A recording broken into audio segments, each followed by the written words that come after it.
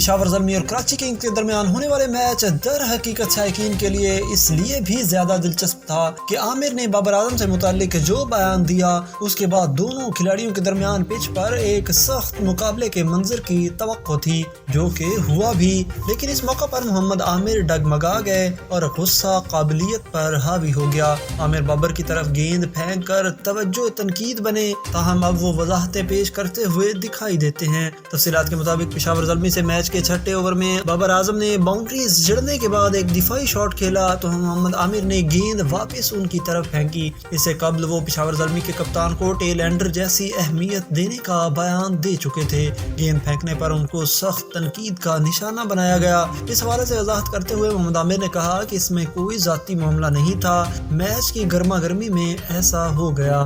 بہترین کارکردگی کے لیے باؤلرز میں جارحیت نظر آنا چاہیے، میں اس وقت دباؤ میں تھا۔ بہرحال یہی لیگ کی خوبصورتی ہے جو آپ کو بہتر ہونے میں مدد دیتی ہے۔